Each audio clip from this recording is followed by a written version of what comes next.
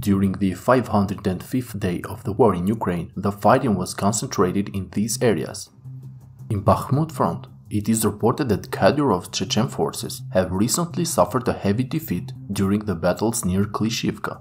As mentioned on our previous video, 2 days ago Russian sources reported that their troops had launched a counterattack aiming to remove the Ukrainian forces from the heights west of Klishivka. Today, Ukrainian sources stated with confidence that this counterattack of the Russian forces was stopped, and after several hours of fighting, the Russian forces left the forest areas west of Klishivka. More details on this event were given today by the spokesman of the eastern grouping of the Ukrainian forces, Serhiy Cherevati, who stated that for the most part, the counterattack of the Russian forces was conducted by Kadyrov's forces, which, according to Cherevati, tried for several hours to take control of the western forest, but in the end, they were forced to withdraw after suffering heavy losses from the Ukrainian artillery fire.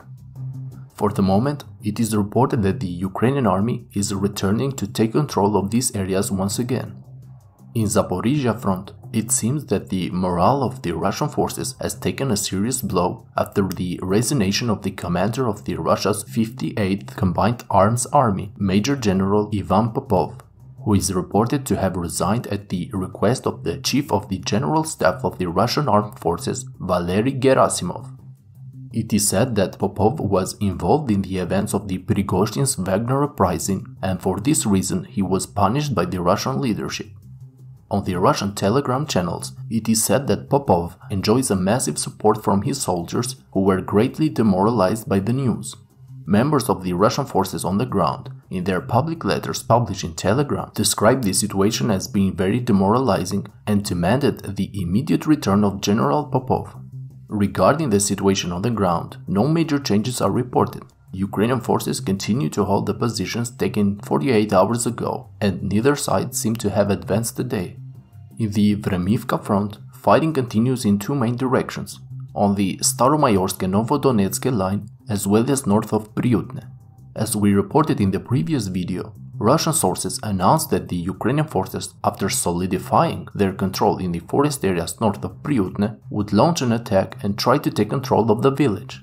Today, Ukrainian sources said that the front line has been pushed further south and that the fighting is reportedly taking place north of Pryutne, not far from the village.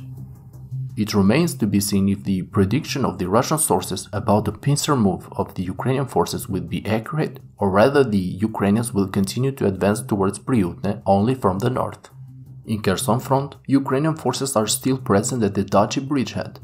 As reported by Russian sources, it is impossible for their forces to advance without taking heavy casualties due to the Ukrainian artillery and drones being quite active in this area. What is a more interesting news is the fact that today Russian sources claim that in this area the Ukrainian forces are seen using the famous Bayraktar TB2 drone, which according to them confirms the reports that recently Turkey has transferred a new batch of these drones to Ukraine. Also, as Russian sources informed, during the last few days, the number of the Ukrainian troops engaged in this area has increased as the Ukrainian command continues to send in reinforcements using small boats. In the Svatove front, there are reports of battles taking place near Novoselivske. Russian and Ukrainian sources reported of an advance of the Russian troops in the fields south of the village. According to Russian sources, their forces may be planning to attack Novoselivske from the south and east, and at the same time, it is said that an advance towards the village of Stelmakivka is also an option for the Russian forces. On the other hand, Ukrainian sources stated that the situation is not yet critical. Some other Ukrainian sources said that their forces counterattacked in the eastern areas of the village and managed to repulse the Russian forces.